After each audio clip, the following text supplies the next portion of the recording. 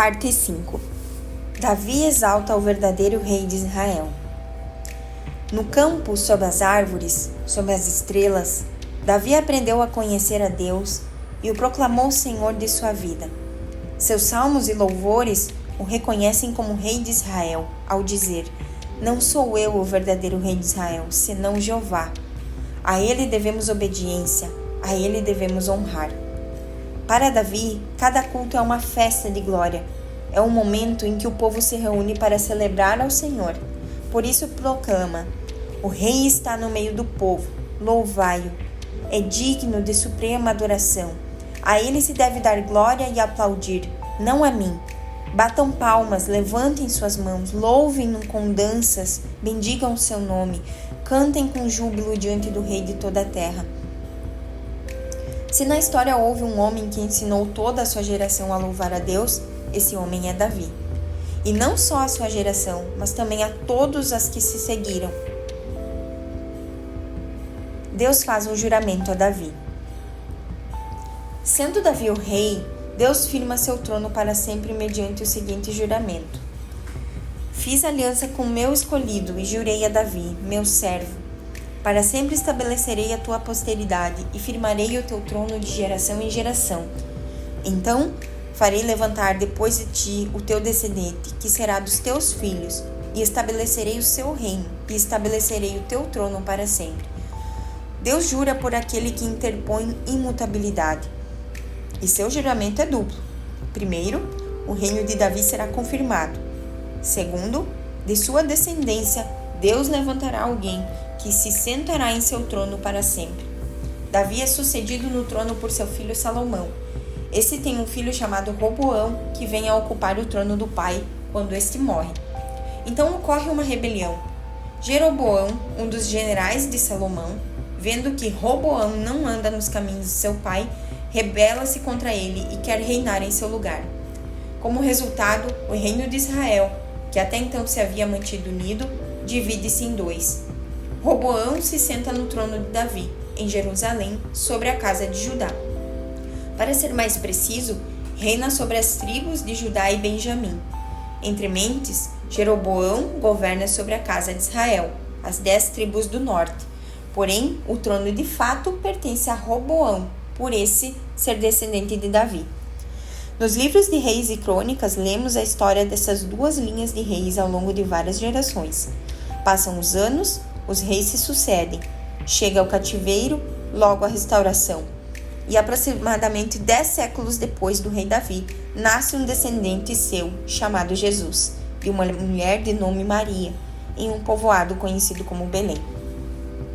Jesus Cristo, filho de Davi, filho de Abraão. Como começa o Novo Testamento? Registro da genealogia de Jesus Cristo, filho de Davi, filho de Abraão. Davi e Abraão são os dois personagens que recebem juramento de Deus quanto à sua descendência. Este que agora nasce é filho de Davi, seu descendente direto, aquele de quem Deus disse: levantarei alguém de tua descendência que se sente em teu trono e que reinará eternamente para sempre. Jesus é filho de Davi, mas também é filho de Abraão, a quem Deus prometeu: em tua semente serão benditas todas as nações da terra. Essa passagem faz referência a Jesus, a semente de Abraão, em quem seriam benditas todas as nações da terra. Ele nasce e os anjos cantam. Vêm magos do Oriente para adorá-lo. Perguntam: onde está o rei que nasceu? Herodes se preocupa: que rei? Eu sou o único rei. Inquieta-se, fica preocupado e quer matar a Jesus, aniquilá-lo, porém não pode. Jesus, aos 30 anos, começa seu ministério público. Vai primeiro às ovelhas perdidas da casa de Israel. A mensagem que prega é: arrependei-vos, porque é chegado o reino de Deus. Porém, o que é arrependimento? Ora, uma mudança de atitude. Cristo, em outras palavras, está nos dizendo: mudem de atitude. Mas que atitude? Indagamos. A mesma que tiveram seus antepassados quando disseram: não queremos que este reine sobre nós. Mudem, arrependam-se, que o reino de Deus vem. Que reino? Questionamos. O reino de Deus, a teocracia. Jesus nos responde: Notamos, pois, que quando o homem quer pôr rei a outro homem, Deus permite conquanto que não vá atrapalhar a seus planos. Começa com um homem até chegar a Jesus, filho de Davi, porém essencialmente filho de Deus. Seu propósito é o de estabelecer-se no trono, e isto conseguirá através do Filho. A teocracia é o sistema de governo eleito por Deus para reger aos homens. A teocracia triunfará. A atitude rebelde. Jesus anuncia o reino de Deus. Israel, como nação, o rechaça. Mantém sua atitude rebelde. Sua expressão como povo é: não queremos que este reine sobre nós. Crucifica-o, crucifica-o. A vosso rei querem crucificar. Crucifica-o, respondem. A esta resposta de Israel com respeito a Jesus Cristo: crucifica-o, despreza-o, menospreza-o, não aceita seu reinado. Mateus, no capítulo 11, nos faz sentir o lamento de Jesus sobre as cidades de Israel.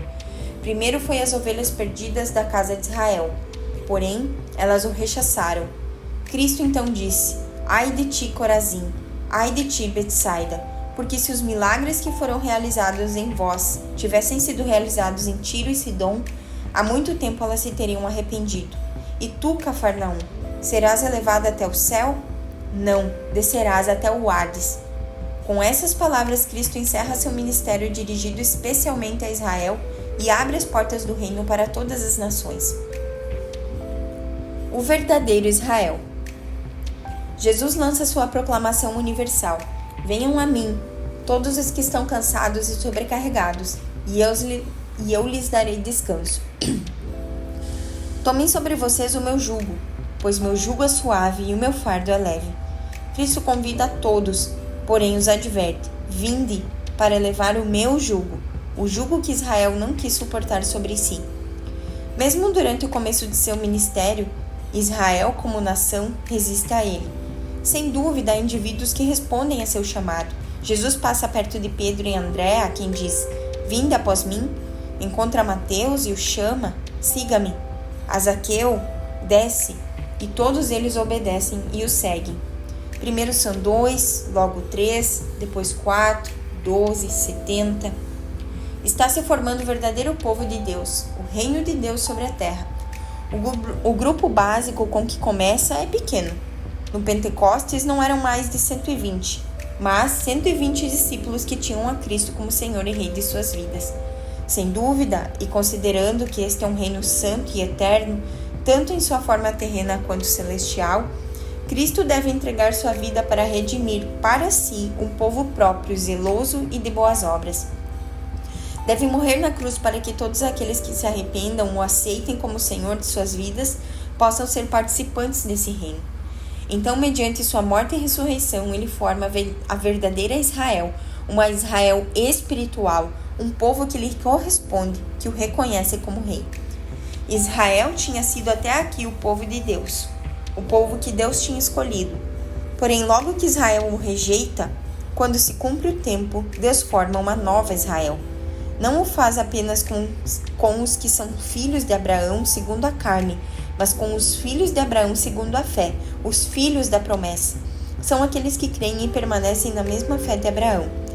Este reino tem um fundamento sólido. A condição para pertencer a ele não é haver procedido da descendência de Abraão, mas haver nascido de cima, da água e do Espírito. O que não nascer de novo não pode ver, nem tampouco entrar no reino de Deus. Deus tem hoje sua Israel espiritual. Em sua carta aos Efésios, Paulo declara que a parede de separação que havia entre judeus e gentios foi derrubada pela morte de Cristo. Já não há mais dois povos, pois de ambos fez um só. Um só povo, que é seu corpo, a Igreja. Em Romanos 2, 28 e 29, Paulo destaca que não são os judeus os que estão circuncidados na carne, senão aqueles que estão circuncidados em seu coração. Aquele que é nascido de novo é o verdadeiro judeu para Deus. Paulo insiste nesta verdade em Romanos 9, 6 a 8. Não pensemos que a palavra de Deus tenha falhado, pois nem todos os descendentes de Israel são Israel. Nem por serem descendentes de Abraão passaram todos a ser filhos de Abraão. Pelo contrário, Por meio de Isaque será contada a sua descendência.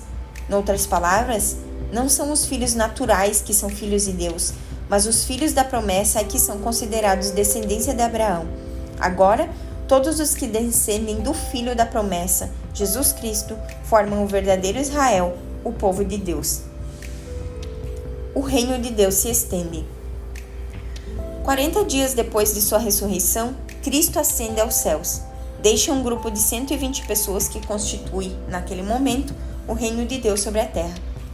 Mas que farão 120 em um mundo em que existem tantos poderes, reinos e autoridades? Sem dúvida, 120 com Cristo como Senhor absoluto de suas vidas é suficiente. Quando chega o dia de Pentecostes, desce o poder do Espírito Santo e os 120 são inflamados por ele. Agora a igreja conta com poder. Teu é o reino, teu também é o poder. São 120, não mais. Porém, com o poder de Deus, começam a se espalhar e crescer. E como crescem? Naquele mesmo dia se convertem 3.000 pessoas.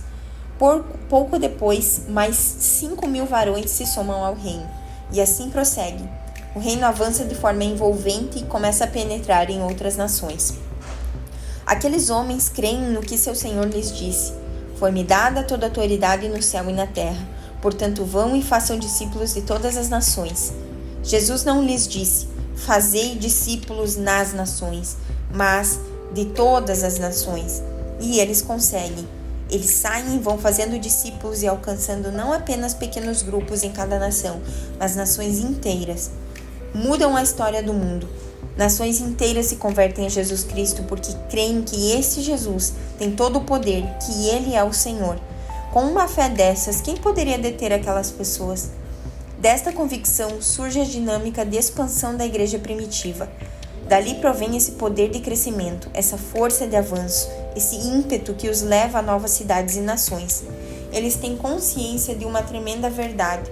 Nós agora somos o reino de Deus aqui na terra, e este reino há de estender-se por seu poder. E como se estende?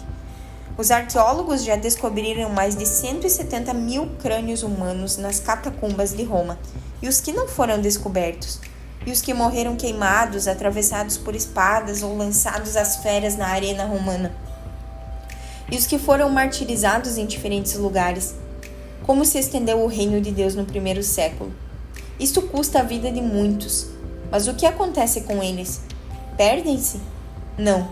Deixam o reino na terra para serem trasladados ao mesmo reino nos céus. O ensinamento bíblico é que a igreja consiste em uma só família, formada tanto pelos que estão no céu como por aqueles que estão na terra. Enquanto permanecemos aqui, vivemos para fazer a vontade de Deus na terra, como se faz nos céus. Deus está levando sua igreja a essa realidade, a que se expresse, a que viva na terra como reino de Deus. Você, como parte da igreja, tem a tremenda responsabilidade de permitir que o reino venha, que venha à tua vida, que venha a teu lar, a todas as suas relações, que surja sobre a terra um povo que honre, coroe e obedeça a Jesus Cristo como Senhor e Rei. Pelos que estão no céu, como por aqueles que estão na terra. Enquanto permanecermos aqui, vivemos para fazer a vontade de Deus na terra, como se faz nos céus. Deus está levando sua igreja a esta realidade, a que se expresse, a que viva na terra como reino de Deus. Você, como parte da igreja, tem a tremenda responsabilidade de permitir que o reino venha, que venha à tua vida, ao teu lar e a todas as tuas relações.